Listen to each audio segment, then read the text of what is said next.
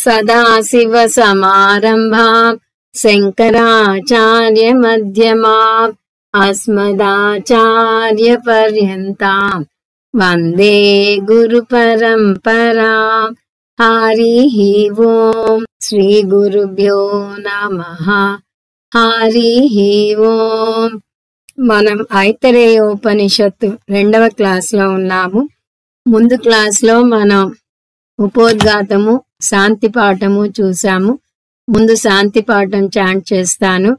ఓం వాగ్మే మనసి ప్రతిష్ఠిత మనో మే వాచి ప్రతిష్ఠితం ఆవిరావిర్మయేధి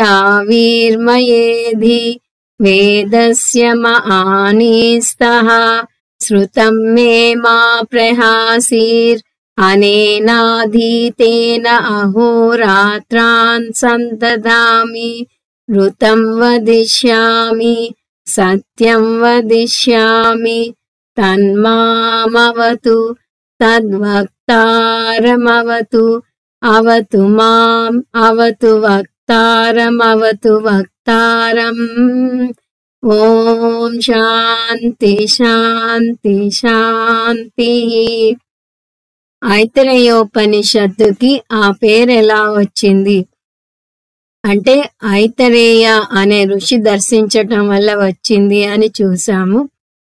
ఐతరేయ ఋషికి ఆ పేరు ఎందుకు వచ్చింది అంటే ఆయన ఇతర అనే పేరు గల స్త్రీకి పుట్టాడు కాబట్టి అని ఒక కారణం.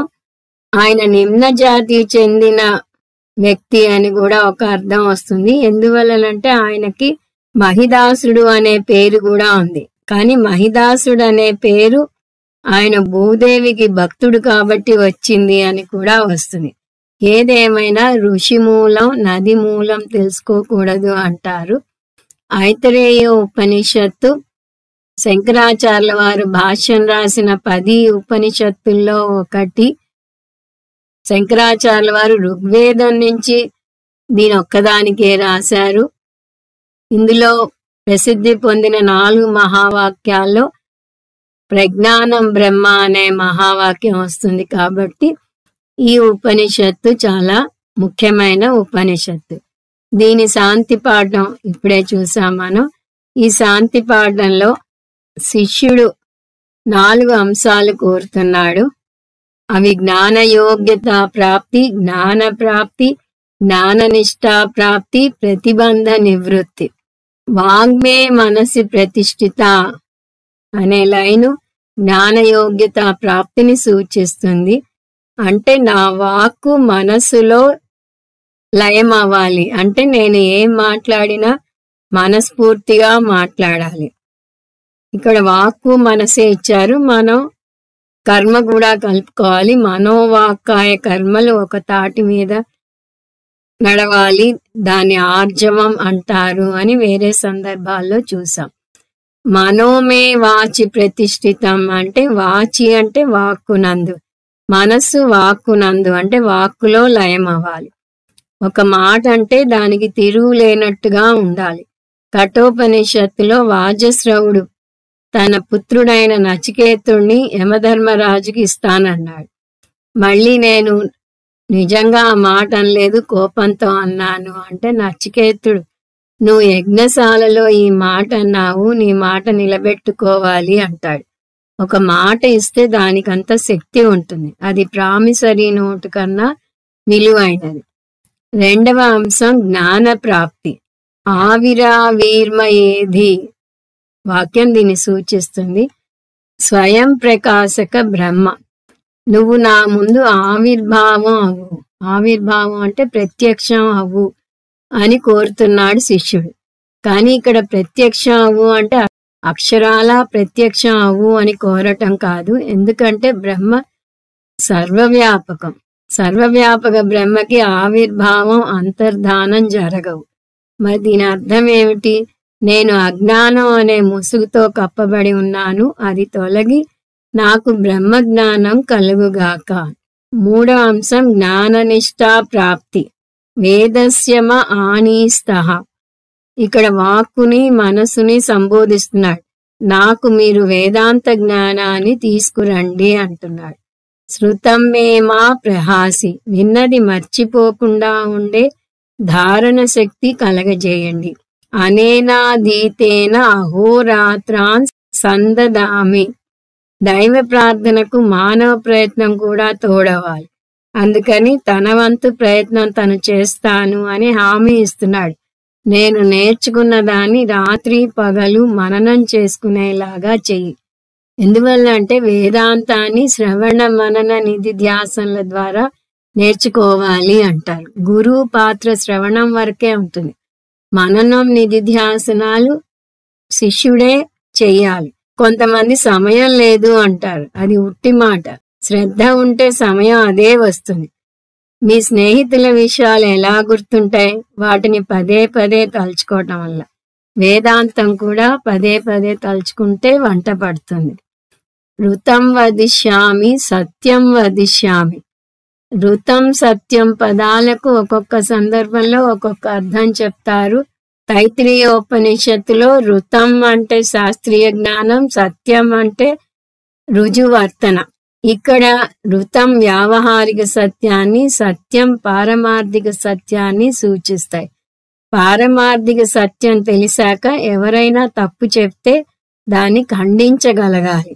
జ్ఞానం వల్లనే మోక్షం వస్తుందని మీరు తెలుసుకున్నాక ఎవరైనా కర్మ వల్ల కానీ భక్తి వల్ల కానీ మోక్షం వస్తుందంటే వారికి మీకు తెలిసిన విషయం మీరు చెప్పగలగాలి. 4 ప్రతిబంధ నివృత్తి. నాకు జ్ఞానం వచ్చేదాకా నీకొక పనిని అప్పచెప్తున్నాను. నాకు జ్ఞానం వచ్చేదాకా నన్ను నా గురువును కాపాడాలి అంటున్నాడు శిష్యుడు. తన్మామవతు, ఆ పరమాత్మ నన్ను రక్షించుగాక. ఇలా నన్ను రక్షించు అంటున్నప్పుడు అది ద్వైతంతో కూడినది కాబట్టి పరమాత్మను సగుణ బ్రహ్మగా తీసుకోవాలి.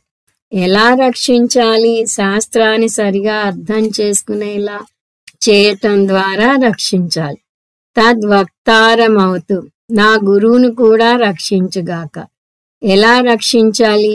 గురువు సరిగా బోధ చేసేలా చేయటం ద్వారా.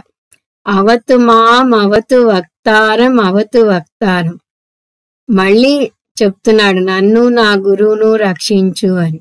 అంటే దీని ద్వారా దీని ప్రాముఖ్యతను తెలియజేస్తున్నాడు. ఓం శాంతి శాంతి శాంతి. ఆధ్యాత్మిక అధిభౌతిక అధిదైవిక ఆటంకాలు లేకుండా చేయమని కోరుతున్నాడు. ఈ విధంగా శాంతి పాఠం ద్వారా కొన్ని గంటలు నన్ను నిర్విఘ్నంగా ఉపనిషత్తు పఠించనీయమని స్టే ఆర్డర్ తెచ్చుకున్నాం కాబట్టి ఇప్పుడు ఉపనిషత్తులోకి అడుగు పెడదాం. ఐతరేయోపనిషత్తు వివరాలు. ఇందులో 3 అధ్యాయాలున్నాయి. మొదటి అధ్యాయంలో 3 ఖండాలున్నాయి. కానీ తక్కిన 2 అధ్యాయాల్లో ఒక్కొక్క ఖండమే ఉంది. వెరసి 3 అధ్యాయాలు 5 ఖండాలు ఉన్నాయి. 1 అధ్యారోప అపవాద ప్రకరణం, అధ్యాయం 2 సంసార ప్రకరణం, అధ్యాయం 3 మహావాక్య ప్రకరణం. ఇది ఐతరేయోపనిషత్తు యొక్క విహంగ వీక్షణ. ముందుగా మొదటి అధ్యాయంలోని మొదటి ఖండంలోని 4 మంత్రాలు చాంట్ చేస్తాను.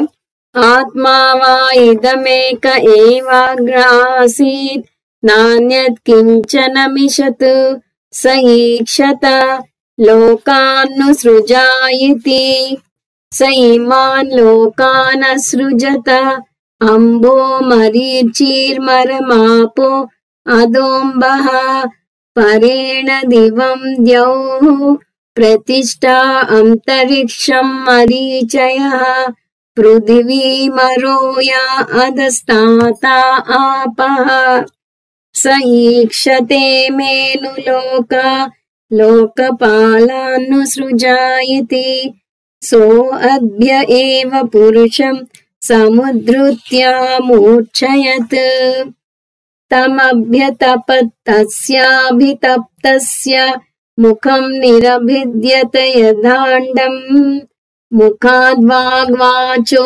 అగ్నిర్నాసికే నిరభిద్యేతాం నాసికాభ్యాం ప్రాణః ప్రాణాద్వాయుః అక్షిణీ నిరభిద్యేతాం అక్షిభ్యాం చక్షుః చక్షుష ఆదిత్యః कर्णौ निरभिद्येतां कर्णाभ्यां श्रोत्रं श्रोत्राद्दिशत् त्वग्निरभिद्यत त्वचो लोमान् लोमभ्य ओषधि वनस्पतयो हृदयं निरभिद्यत हृदयान् मनो मनसश्चन्द्रमा नाभिर्निरभिद्यत नाभ्या अपानो अपानान् मृत्युः शिश्नं निरभिद्यत शिश्नाद्रेतो रेतस आपः.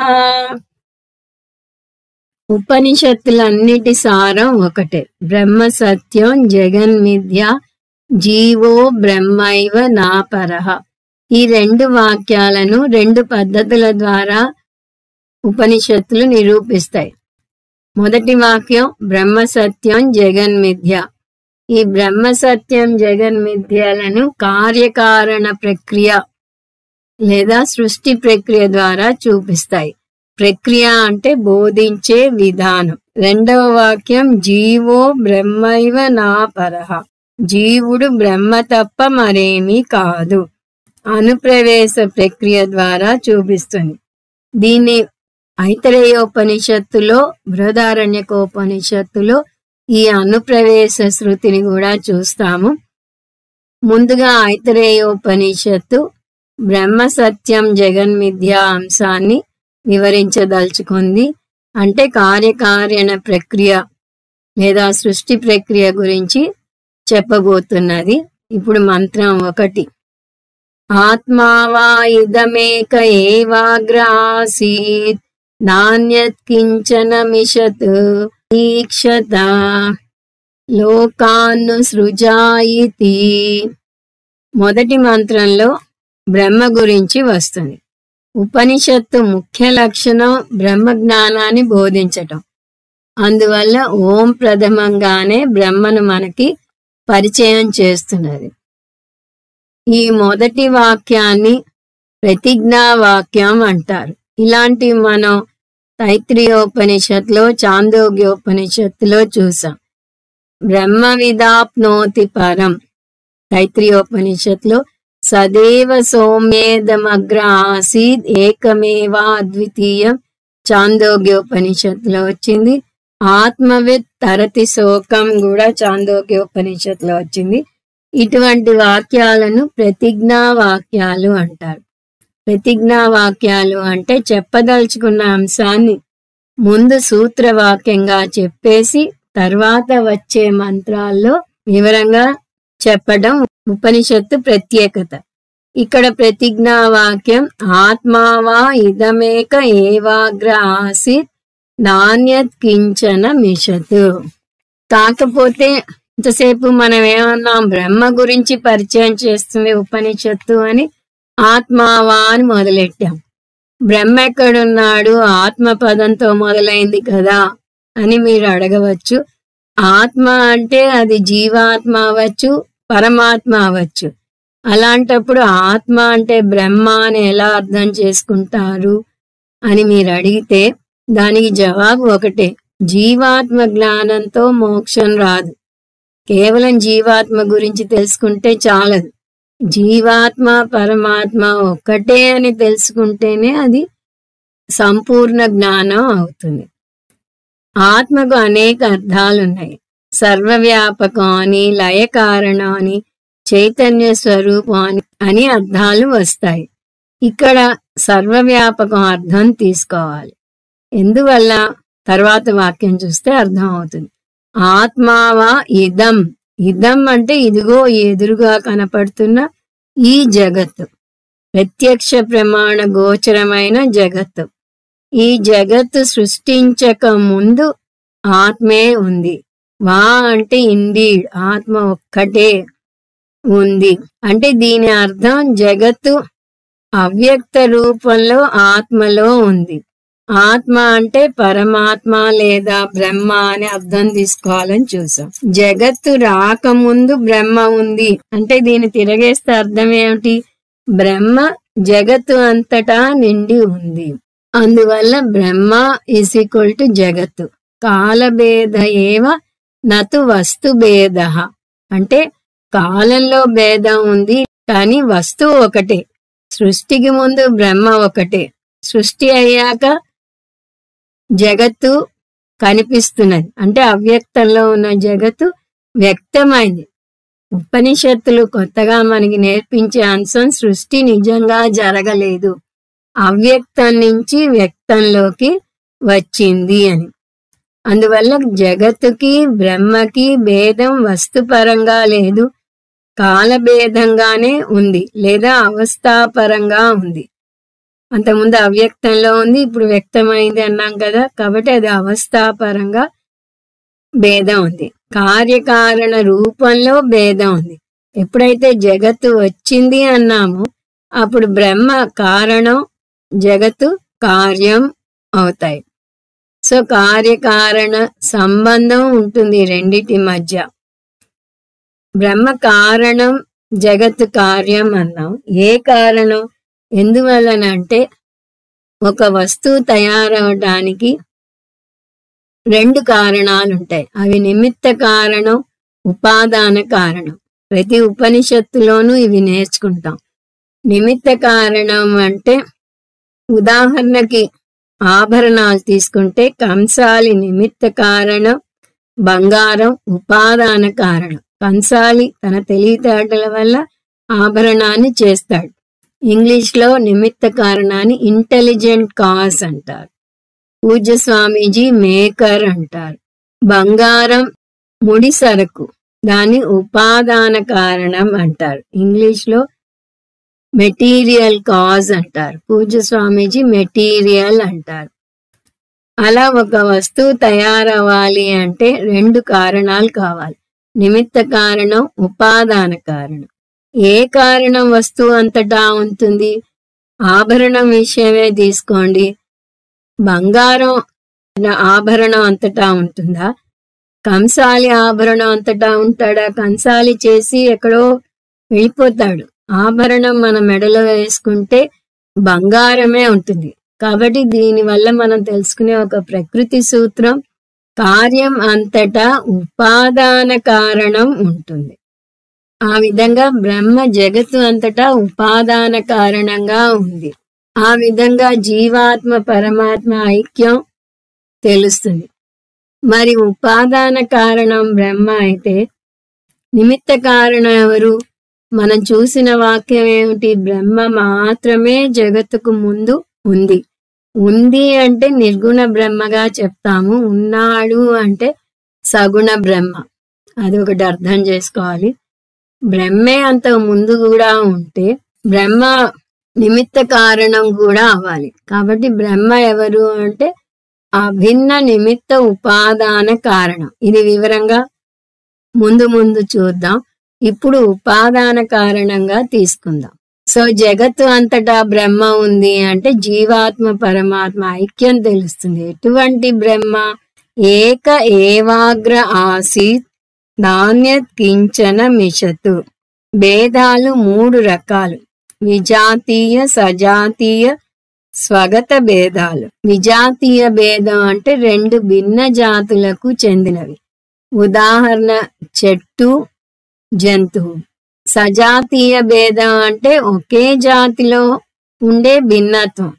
చెట్టు, జంతువులు ఇందాక చూసాం. ఇప్పుడు చెట్టుని తీసుకుంటే చెట్టులో మళ్ళీ రకాలుంటాయి. మందార చెట్టు, మామిడి చెట్టు, గులాబీ చెట్టు, అలా అనేకం వస్తాయి.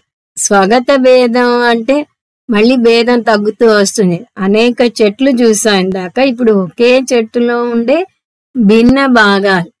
ఉదాహరణకి కొమ్మ, పువ్వు, వేళ్ళు, పండ్లు వగైరా. బ్రహ్మ విషయానికి వచ్చేసరికి స్వజాతీయ, విజాతీయ, స్వగత భేద రహితం. మన ఇక్కడ నేర్చుకున్నది ఏక ఏవాగ్ర ఆసీత్ నాణ్యత్ కించన మిషత్. అందులో ఏక ఫస్ట్ తీసుకుందాం. ఏకం అంటే స్వగత భేదాలు లేవు. కింద నుంచి వెళ్తున్నాం. ఒకే చెట్టులో భిన్న భాగాలు ఉన్నాయన్నాం. బ్రహ్మ నిరాకారం, నిరవయవం. కాబట్టి బ్రహ్మకి భాగాలు లేవు. కాళ్ళు చేతులు అలా భిన్న భాగాలు లేవు. తర్వాత ఏవ అగ్ర అంత ముందు అని ఏవ తీసుకుంటే సజాతీయ భేదరహితం. ఉన్నది ఒకటే బ్రహ్మ. అనేక చెట్లు ఉంటే చెట్లు భిన్నమైన చెట్లు ఉన్నాయని పేర్లు చూసాం. ఇక్కడ ఉన్నది ఒకటే బ్రహ్మ, రెండు బ్రహ్మలు లేవు.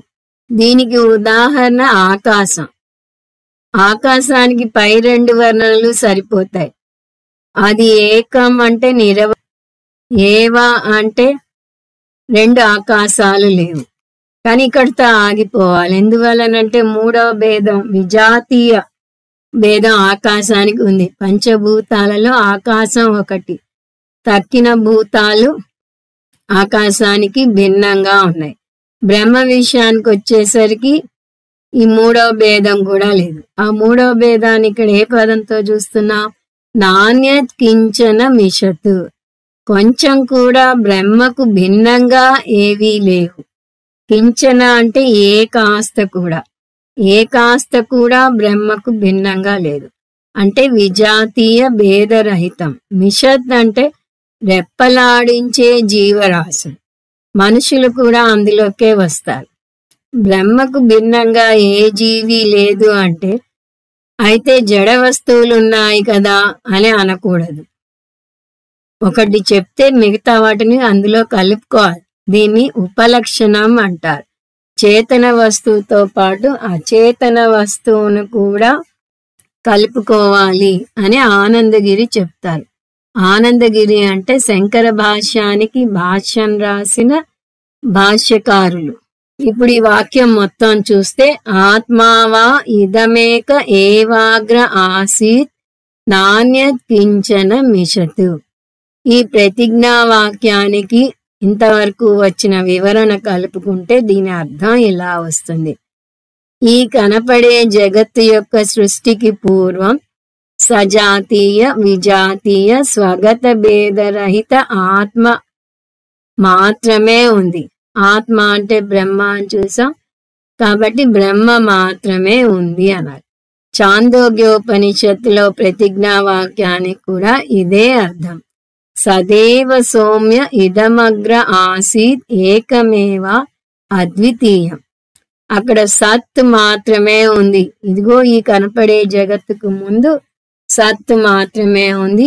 ఏకం ఏవ అద్వితీయం అంటే సజాతీయ విజాతీయ స్వగత భేదరహిత సత్ మాత్రమే ఉంది అని అక్కడ చెప్తే, ఇక్కడ ఐతరేయోపనిషత్తు ఆత్మ పదాన్ని తీసుకుంది. అంతే తేడా. పరమాత్మలో ఈ మూడు భేదాలు లేవు. కానీ ఆయన సృష్టించిన ఈ జగత్తులో మూడు భేదాలు ఉన్నాయి. అందువలనే మనం ఈ భేదాలు చెప్పగలిగాం. చెట్టు మనిషి అన్నాం, చెట్లలో పేర్లు చెప్పాం, చెట్లలో భాగాలు చెప్పాం. అలా జగత్తులో భేదాలు ఉన్నాయి. ఈ మొదటి మంత్రంలో తర్వాత పదం స ఈక్షత. సహ అంటే పరమాత్మ. ఆత్మ, బ్రహ్మ, పరమాత్మ అన్ని పదాల అర్థం ఒకటే. పరమాత్మ అని తీసుకుందాం. బ్రహ్మ అనేసరికి నిర్గుణ బ్రహ్మ ఉంది అని వాడతామని చూసాం. ఇక్కడ స ఈక్షత అంటే సంకల్పం చేశాడు, ఆలోచించాడు, ఇలా సృష్టి చేయాలి అనుకున్నాడు అని వస్తుంది. అలాంటప్పుడు పరమాత్మ పదం దానికి సరిపోతుంది. పరమాత్మ చూశాడు, అక్షరాలా చూస్తే చూశాడు. ఈక్షత నిజానికి ఐక్షత అని ఉండాలి. కానీ శృతి వాడినప్పుడు మనం శృతిలో దోషాలు ఎన్నకూడదు. దీన్ని ఛాందస ప్రయోగం అంటారు. దీన్ని మనం మనసులోనే సరిదిద్దుకోవాలి. చూశాడు అంటే సంకల్పించాడు అని అర్థం. ఏదైనా ఒక పని చేసే ముందు దానికి తగ్గ ఆలోచన ప్రణాళిక వేస్తాం. అలా పరమాత్మ ఆలోచన ప్రణాళిక వేశాడు. చాందోగ్యోపనిషత్తులో కూడా తదైక్షత బహుశ్యాం ప్రజాయేయేతి అని వస్తుంది. సో పరమాత్మ నేను అనేక జీవులుగా అవుతాను అని అనుకున్నాడట. ఇక్కడ ఏమనుకున్నాడు? లోకాన్ని సృజా ఇతి, లోకాలను సృష్టిస్తాను అని అనుకున్నాడు. స ఈక్షత పదం చాలా ముఖ్యం. ఎందుకంటే ఈ పదం ద్వారా ఒక నిమిత్త కారణం ఉంది అని తెలుస్తోంది. సృష్టి పరిణామం చెంది దానంతట అదే వచ్చిందని, దానిని ఎవరూ సృష్టించలేదని ఒక వాదన. దీన్ని స్వభావవాదన అంటారు. దీన్ని ఖండించటానికి స ఈక్షత పదం తోడ్పడుతుంది. ఇంతకుముందే చూసాం, ఆభరణాలు తయారవ్వాలి అంటే ఒక నిమిత్త కారణం ఉండాలి, ఒక ఉపాదాన కారణం ఉండాలి. నిమిత్త కారణం అంటే ఇంటెలిజెంట్ కాజ్ అని కూడా చూసాం. సృష్టి జరగడానికి ఆ నిమిత్త కారణం వేరే ఎవరో కాదు, పరమాత్మే. పరమాత్మే నిమిత్త కారణము, ఉపాదాన కారణం కూడా. రెండు ఆయనే ఎలా అయ్యాడు? అసంభవ దోషం అంటదా అంటే పరమాత్మే నిమిత్త కారణం, ఉపాదాన కారణం అని చెప్పడానికి మనకి తెలిసిన ఉదాహరణే ఉంది. Every rule as an exception అని ఒక రూల్ ఉంది. అంటే ప్రతి నియమానికి ఒక ఉల్లంఘన ఉంటుంది. మనం రోజు చూసే టీవీ వెనుక ఉన్న సాలెపురుగును గమనిస్తే అదే ఉపాదాన కారణము, నిమిత్త కారణం కూడా. ముండకోపనిషత్తు ఆ ఉదాహరణ ఇస్తుంది. యథోర్ణనాభి సృజతే గృహ్ణతేచ. సాలెపురుగు తనలోంచే దారం తీసుకుని గూడు కట్టుకుంటుంది. అలా సాలెపురుగు నిమిత్త కారణము, ఉపాదాన కారణం రెండు తానే అయ్యింది. ఇది కాక మనకు అనుభవంలోకి వచ్చే, మనకు అత్యంత సమీపంగా తెలిసిన ఇంకొక ఉదాహరణ ఉంది. అది మనం రోజు సృష్టించే స్వప్న ప్రపంచం. స్వప్న ప్రపంచం మన నుంచే వచ్చింది. ముడి సరకు మనమే, ఆలోచన మనదే. ఉదాహరణకి స్వప్నంలో మనం ఒక ఇల్లు కట్టుకుంటే దానికి మన మంచం పక్కన ఇటుక, ఇసుక అవన్నీ పెట్టుకోం, అవి మన వాసనల నుంచి వస్తుంది. అలాగే సృష్టికి ముందు ఆత్మ మాత్రమే ఉంది అని ఇక్కడ, సత్ మాత్రమే ఉంది అని చాందోగ్యోపనిషత్తులో వస్తే, సృష్టికి ముందు పరమాత్మ ఒక్కడే ఉంటే మరి నిమిత్త కారణమా, ఉపాదాన కారణమా? నిమిత్త కారణం అంటే ఉపాదాన కారణమేది, ఉపాదాన కారణం అంటే నిమిత్త కారణం ఏది అనే ప్రశ్నకి జవాబు ఈ పై రెండు ఉదాహరణలే. పరమాత్మే నిమిత్త కారణము, ఉపాదాన కారణం కూడా. పరమాత్మ జగత్తును సృష్టించాడు, అది నిమిత్త కారణం. పరమాత్మ జగత్తు తానే అయ్యాడు, అది ఉపాదాన కారణం. వర్బులో తేడా వస్తుంది. అంటే దీని సాంకేతికంగా చెప్పాలంటే పరమాత్మే అభిన్న నిమిత్త ఉపాదాన కారణం. పూజ్య స్వామీజీ నిమిత్త కారణాన్ని మేకర్ అంటారని, ఉపాదాన కారణాన్ని మెటీరియల్ అంటారని చూసాం. కాబట్టి maker and material or rolled into one అని చెప్తుంటారు. మనం సంస్కృతంలో అభిన్న నిమిత్త ఉపాదాన కారణంగా నేర్చుకుంటాం. సో ఉపనిషత్తులకి రాగానే నేర్చుకోవాల్సిన మొట్టమొదటి నిర్వచనం ఇది. జగత్తును పరమాత్మ సృష్టించాడు, ఆ పరమాత్మ అభిన్న నిమిత్త ఉపాదాన కారణం. అంటే ఆలోచన పరమాత్మదే, ముడి సరుకు పరమాత్మే. కానీ ఇక్కడ మళ్ళీ ఒక సందేహం రావచ్చు మీకు. సృష్టికి ముందు పరమాత్మ ఒక్కడే ఉన్నాడు, అవయవాలు లేవు అన్నారు కదా. అంటే అవయవాల్లో ఒక భాగం మనసు, మనసు కూడా లేనట్టే కదా. మరి స ఈక్షత అన్న పదం ఎక్కడి నుంచి వచ్చింది? ఆలోచన ఎలా చేశాడు అంటే మాయాశక్తి ద్వారా చేశాడు. మనసు ఎలాగైతే వాసనల శక్తితో స్వప్న ప్రపంచాన్ని సృష్టిస్తుందో అలాగే పరమాత్మ మాయాశక్తి సహాయంతో సృష్టి చేశాడు. అదిగో మాయాశక్తి ఉందన్నారు కదా, అయితే పరమాత్మ వేరు, మాయ వేరు, రెండు ఉన్నట్టు ఒకటే బ్రహ్మ ఉన్నాడు అని ఎలా చెప్తారు అని ఇంకొక ప్రశ్న. మాయాశక్తి బ్రహ్మకు భిన్నంగా లేదు, అది బ్రహ్మ యొక్క అంశమే. ఒక నాట్యాచారుడు వస్తుంటే మీరు అదిగో నాట్యాచారుడు, ఆయన నాట్యశక్తి కలిసి వస్తున్నాయి అంటారా? అనరు. నాట్యాచారుడు వచ్చి కూర్చుంటాడు. ఆయన స్టేజ్ ఎక్కినప్పుడు, నాట్యం చేస్తున్నప్పుడు ఆయన శక్తి బహిర్గతం అవుతుంది. అలా బ్రహ్మ సృష్టి చేసినప్పుడు ఆయన మాయాశక్తి వల్ల ఈ సృష్టి జరుగుతుంది. అంతవరకు నాట్యశక్తి ఎలా నాట్యాచారంలో అవ్యక్తంగా ఉంటుందో అలా మాయాశక్తి బ్రహ్మలో దాగి ఉంటుంది. పరమాత్మ సృష్టి చేస్తాను అని సంకల్పించాడు. ప్రతి ఉపనిషత్తులోనూ సృష్టి గురించి వస్తుంది. బ్రహ్మ కారణం జగత్ కార్యం అని చూపించటానికి సృష్టి ప్రక్రియ గురించి వస్తుంది. కానీ ఆశ్చర్యం ఏమిటంటే సృష్టి గురించిన వివరణ మాత్రం ఏ ఒక్క ఉపనిషత్తులోనూ ఇంకొక ఉపనిషత్తులో ఉన్నట్టుగా రాదు. 10 ఉపనిషత్తుల్లోనూ 10 రకాలుగా వస్తుంది. కేనోపనిషత్తులో సృష్టి గురించి రాదు. వచ్చిన వాటిల్లో మిగతా వాటికి భిన్నంగా ఉంటుంది. కానీ అన్ని ఉపనిషత్తుల్లో సమానంగా ఉన్న అంశం ఒకటి ఉంది. దాన్ని గతి సామాన్య దర్శనం అంటారు. అంటే వాటన్నింటి సారం ఒకటే. నిజానికి శంకరాచార్యుల వారు 10 ఉపనిషత్తులను ఏరుకుని వాటికి భాష్యం రాయటంలో ఒక కారణం, ఏ వేదానికి చెందిన ఏ ఉపనిషత్తును తీసుకున్నా కూడా వాటి సారం ఒకటే. మొదటే చూసాం, బ్రహ్మ సత్యం జగన్మిథ్య జీవో బ్రహ్మైవ నాపరః. అంటే జీవాత్మ పరమాత్మల ఐక్యాన్ని అన్ని ఉపనిషత్తులు సూచిస్తాయి. స్వామీజీ ఎప్పుడూ చెప్తుంటారు, పెద్ద ఉపనిషత్తు పెద్ద ఆత్మ గురించి, చిన్న ఉపనిషత్తు చిన్న ఆత్మ గురించి చెప్పదు. ఉపనిషత్తు ఎంత పరిమాణంలో ఉన్నా కూడా చెప్పే అంశం ఒకటే. కాకపోతే చెప్పే విధానం మారుతుంది. ఈ జీవాత్మ పరమాత్మల ఐక్యం గురించి చెప్పేటప్పుడు ఒక ఉపనిషత్తు జీవాత్మతో మొదలుపెట్టి పరమాత్మకి వెళ్తుంది. ఇంకొక ఉపనిషత్తు పరమాత్మతో మొదలుపెట్టి జీవాత్మకి వస్తుంది.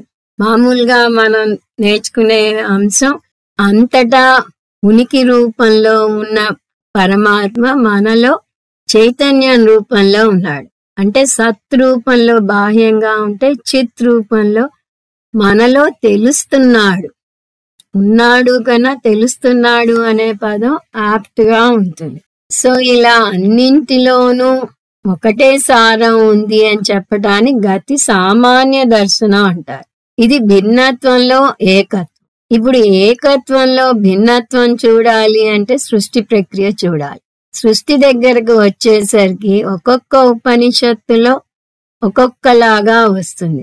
అసలు సృష్టి గురించి తెలుసుకోవడానికి బాగా తోడ్పడే ఉపనిషత్తు తైత్రీయోపనిషత్తు బ్రహ్మానందవల్లిలో ఈ విధంగా వస్తుంది. తస్మాద్వా ఏతస్మాదాత్మన ఆకాశ సంభూతః ఆకాశాద్వాయుః వాయోరగ్నిః అగ్నేరాపః అద్భ్య పృథివీ పృథివ్యా ఓషధయః ఓషధీభ్యోన్నం అన్నాత్ పురుషః. ఇది ఒక క్రమ పద్ధతిలో మనకి సృష్టి గురించి చెప్తుంది. తస్మాద్వా ఏతస్మాద్ ఆత్మనః, జీవాత్మ పరమాత్మల ఐక్యం సూచించే ఆత్మ నుంచి ఆకాశ సంభూతః, ఆకాశం ఉద్భవించింది. సో ఆకాశం కూడా పుట్టింది, అది పర్మనెంట్ కాదు అని దీన్ని బట్టి మనకు తెలుస్తుంది. ఆకాశాద్ వాయుః, ఆకాశం నుంచి వాయువు వచ్చింది. వాయోరగ్ని, వాయువు నుంచి అగ్ని వచ్చింది. అగ్నేరాపః, అగ్ని నుంచి జలం వచ్చింది. అద్భ్య పృథివీ, జలం నుంచి భూమి వచ్చింది. పృథివ్యా ఓషధయః, భూమి నుంచి వృక్షాలు వచ్చాయి. ఓషధీభ్యోన్నం, వృక్షాల నుంచి అన్నం. అన్నాత్ పురుష, అన్నం నుంచి పురుషుడు వచ్చాడు. ఇది మామూలుగా వచ్చే ప్రక్రియ. కానీ తక్కిన ఉపనిషత్తులో ఎలా ఉంది? ఉదాహరణకి కొన్ని చూద్దాం. ప్రశ్నోపనిషత్తులో మిథున సృష్టి ద్వారా వస్తుంది. అన్నీ జంటగా పుట్టాయి అని దాని అర్థం. అంటే అవి చూడటానికి భిన్నంగా ఉంటాయి కానీ దే ఆర్ కాంప్లిమెంటరీ అంటాం. కాల సృష్టి గురించి వస్తుంది అక్కడ. ఆ కాలంలో ఒక సంవత్సరం తీసుకుంటే ఉత్తరాయణం దక్షిణాయనం, నెల తీసుకుంటే శుక్లపక్షం కృష్ణపక్షం, రోజు తీసుకుంటే పగలు రాత్రి, అలా మనుష్య సృష్టి తీసుకుంటే స్త్రీ పురుషులు అలా జంటలుగా పుట్టాయి. ఒక రాత్రి పగలు కలిపి ఒక రోజు అంటాం. ఆ విధంగా ఒకటి లేనిదే ఇంకొకటి లేదు, ఇవి జంటలు ఒకదానొకటి కాంప్లిమెంట్ చేస్తాయి అని వస్తుంది. అక్కడ ఆ మిథున సృష్టికి వాడిన పదాలు రయి, ప్రాణం. ఇది ప్రశ్నోపనిషత్తులో. బృహదారణ్యకోపనిషత్తులో తమాషా అయిన ఒక కథ వస్తుంది.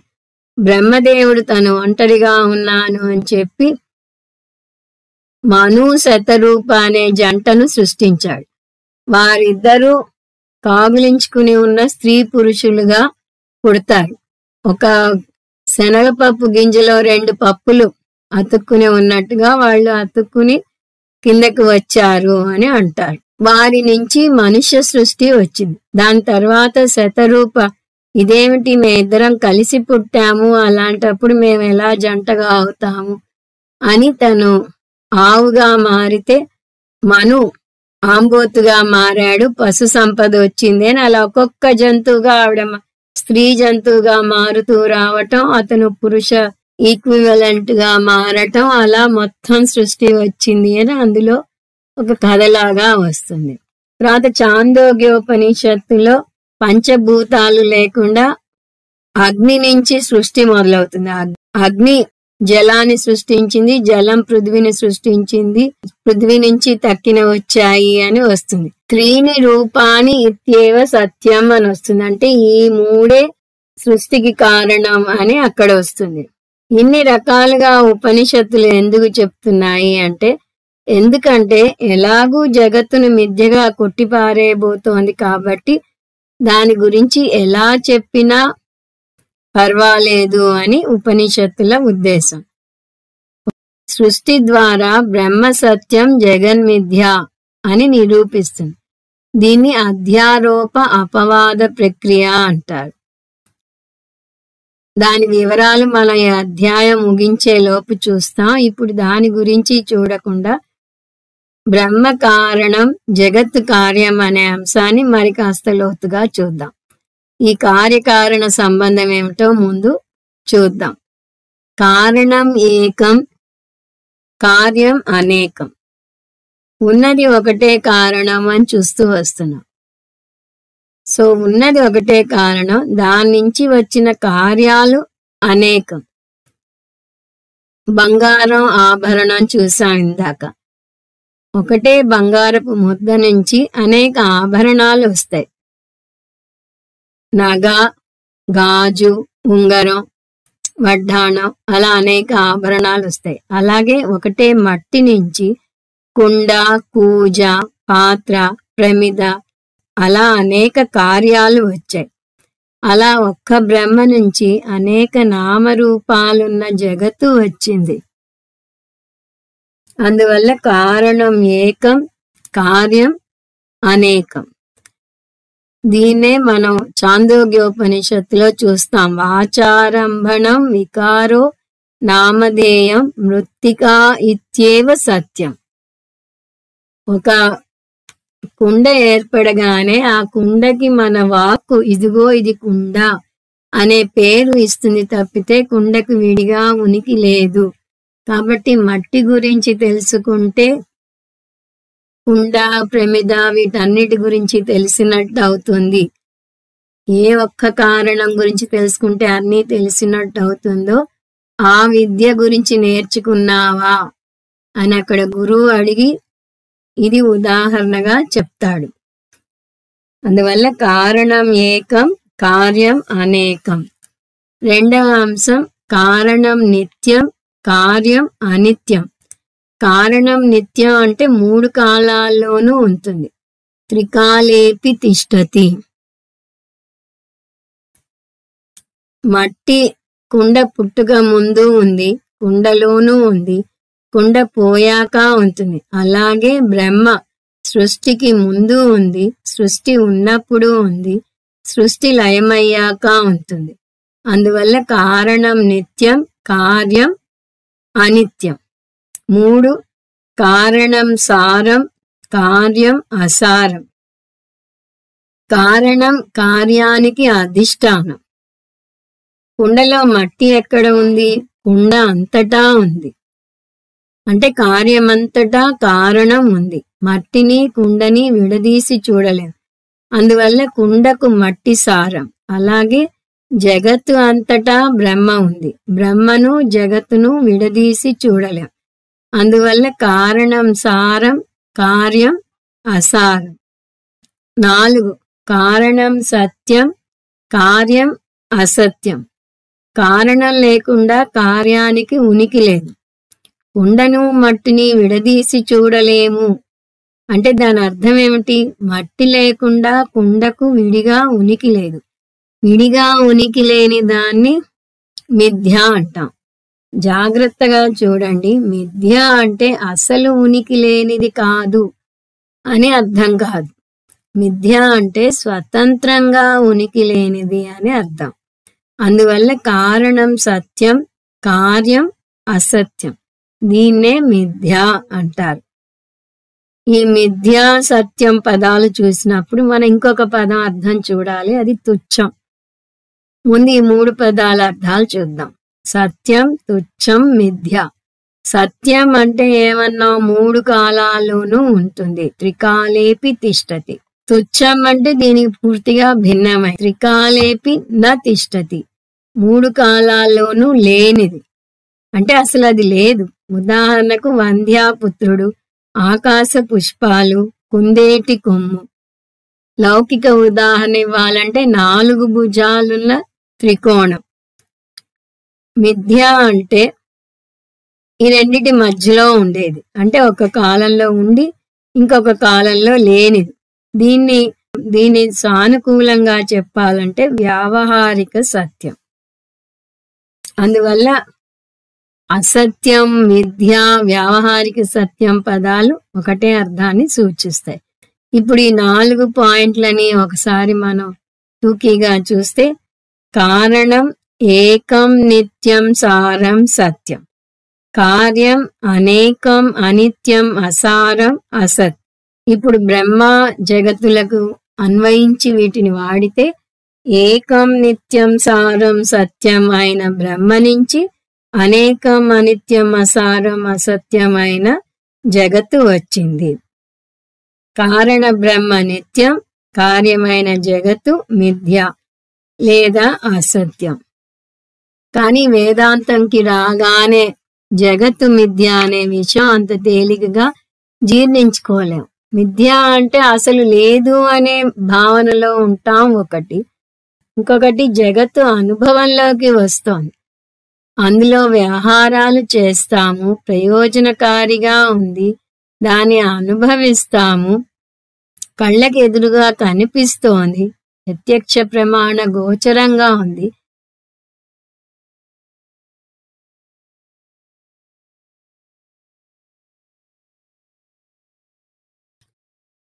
అలాంటప్పుడు అది మిథ్య అని ఎలా అంటారు అంటే, అవేమీ కాదనటం లేదు. కుండలో నీళ్లు పట్టుకుంటున్నాం, కానీ మిథ్య అని ఎందుకంటున్నాం? కుండకు మట్టి లేకుండా ఉనికి లేదు కాబట్టి, అది అస్వతంత్రం కాబట్టి, జగత్తుకు విడిగా ఉనికి లేదు కాబట్టి దాన్ని మిథ్య అంటున్నాం.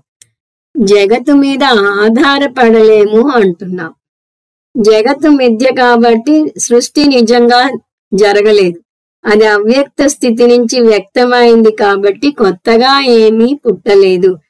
సృష్టి నిజంగా జరగలేదు అని చెప్పటానికి శంకర భాష్యంలోంచి కొన్ని విశ్లేషణలను చూద్దాం. 1. కూటస్థ శృతి విరోధ ప్రసంగ. ఒకవేళ సృష్టి నిజంగా జరిగి ఉంటే పరమాత్మ సాకారంగా ఉండాలి. ఎత్ర అవస్థాభేద తత్ర వికార.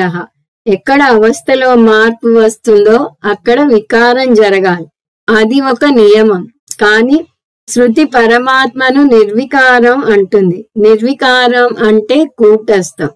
అందువల్ల సృష్టి నిజంగా జరిగి ఉంటే శృతి చెప్పిన దానికి అది విరోధం అవుతుంది. 2. అనిర్మోక్ష ప్రసంగ. ఒకవేళ పరమాత్మ సృష్టి చేసి ఉంటే సవికారం సాకారం అవ్వాలి అని చూసాం కదా. కానీ పరమాత్మ సవికారం కాలేదు. 3 కాలాల్లోనూ ఉండేది సత్యం అని చూసాం. సత్యస్య నిషేధః న భవతి. పరమాత్మను అందుకే నిషేధం చేయలేం. నేహ నానాస్తి కించన అని ఒక ఉపనిషత్తులో, న భూమిరాపో నచ వహ్నిరస్తి అని ఇంకొక ఉపనిషత్తులో వస్తుంది. అంటే ద్వైతం లేదు అంటుంది. ఇప్పుడే భూమి నీరు లాంటివి లేవు అంటున్నది. నిజంగా ఉనికి ఉంటే అలా అనలేము కదా.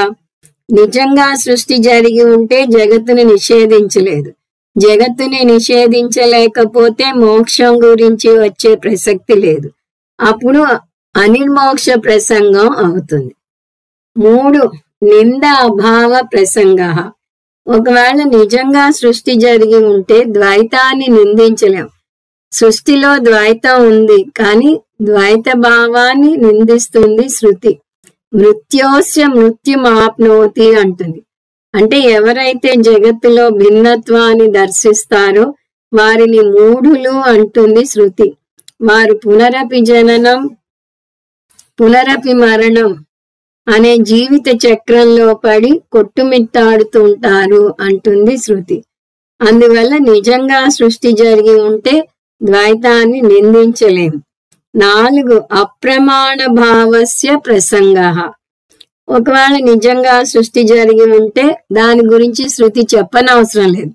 ఎందువలనంటే ఒక ప్రమాణ నిర్వచనం మనకి తెలియని విషయం చెప్పాలి, కానీ సృష్టి మనకి తెలుస్తున్నది కాబట్టి దాని గురించి శృతి మనకు చెప్పనవసరం లేదు. నిప్పు వేడిగా ఉంటుంది అని శృతి మనకి చెప్పనవసరం లేదు, మన అనుభవమే చెప్తుంది. మనకు తెలియని మిథ్యాత్వం గురించి చెప్తుంది కాబట్టి ప్రమాణమైంది. అందువల్ల నిజంగా సృష్టి జరిగి ఉంటే శృతి అప్రమాణం అవుతుంది. 5. నిష్ప్రయోజనత్వ ప్రసంగ.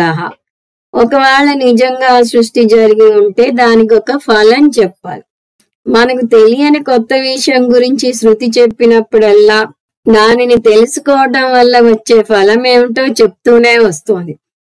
బ్రహ్మ విదాప్నోతి పరం అని తైత్తిరీయంలో వస్తుంది. బ్రహ్మను తెలుసుకున్న వ్యక్తి శ్రేష్టమైన ఫలాన్ని పొందుతాడు, అంటే బ్రహ్మను పొందుతాడు. కానీ సృష్టి గురించి చెప్పినప్పుడు సృష్టిం వేద స బ్రహ్మలోకమాప్నోతి అని ఎక్కడా చెప్పలేదు.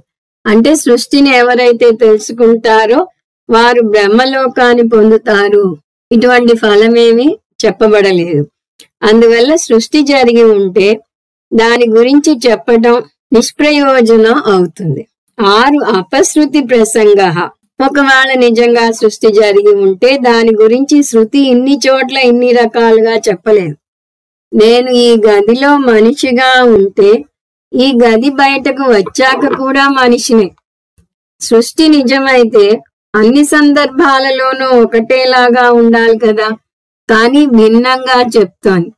దీన్ని విగానం లేదా అపశృతి అంటారు. ఇంతకు ముందు చూసాం, జీవ ఈశ్వర ఐక్యం అన్ని ఉపనిషత్తుల్లోనూ ఒకేలాగా వస్తుంది. జీవ ఈశ్వర ఐక్యాన్ని చూసే వాక్యాన్ని మహావాక్యం అంటారు, దీని గతి సామాన్య దర్శనం అంటారు అని చూసాం.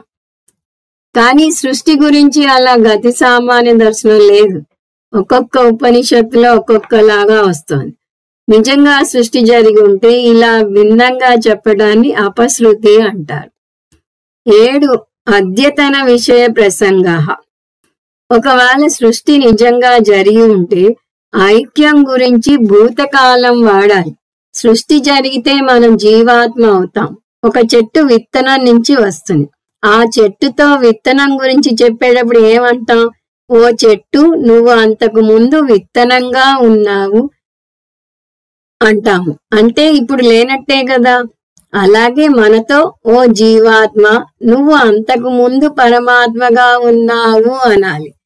కానీ శాస్త్రం ఏమంటున్నది? తత్వమసి అంటున్నది.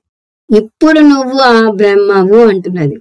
అందువల్ల నిజంగా సృష్టి జరిగితే ఇప్పుడు నువ్వు బ్రహ్మవు అనలేదు. పై కారణాల దృష్ట్యా బ్రహ్మ సత్యం జగన్మిథ్య అని తెలుస్తున్నది. సో సృష్టి జరగలేదు అనడానికి 7 కారణాలు చూసాం. ఆ 7 మళ్ళీ ఒకసారి చూస్తే శృతికి విరోధంగా చెప్పినట్టు అవుతుంది, అనిర్మోక్ష ప్రసంగం అవుతుంది, ద్వైతాన్ని అనవసరంగా నిందించినట్టు అవుతుంది, శృతి అప్రమాణం అవుతుంది. సృష్టి గురించి చెప్పటం నిష్ప్రయోజనం అవుతుంది. ఇన్ని రకాలుగా సృష్టి గురించి చెప్పటం అపశృతి అవుతుంది. ఐక్యం గురించి చెప్పినప్పుడు భూతకాలం వాడాల్సి ఉంటుంది. ఈ కారణాల దృష్ట్యా బ్రహ్మ సత్యం జగన్మిథ్య అని తెలుస్తున్నది. దానివల్ల సృష్టి నిజంగా జరగలేదు, జరిగినట్టుగా అనిపిస్తున్నది అని కూడా చెప్తుంది. నా జాయతే మ్రియతేవా, ఆత్మకి పుట్టుక లేదు, చావు లేదు.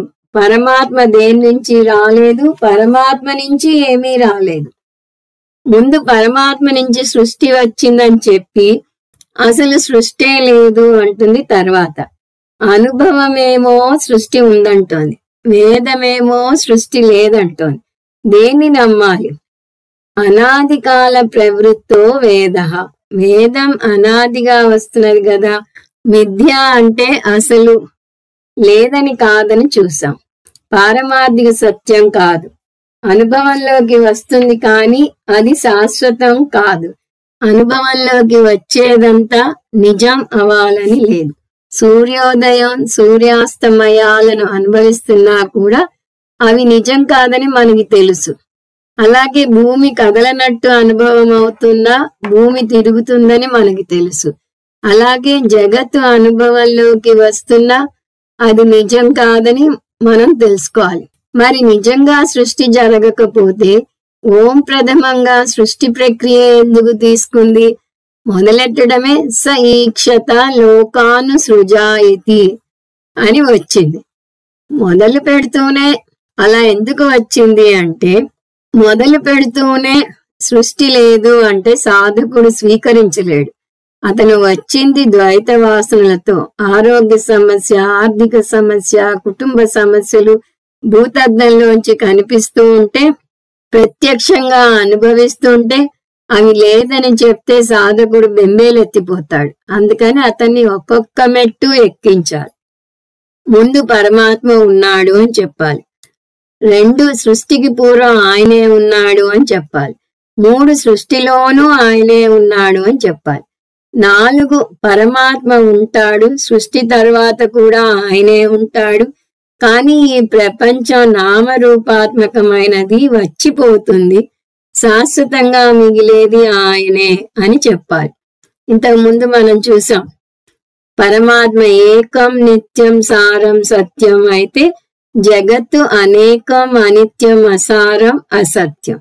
ఇలా చెప్పి ఒక్కొక్క మెట్టు ఎక్కించి చివరకు ఆ పరమాత్మ నువ్వే అని చెప్పాలి. అది పెద్ద గెంతు.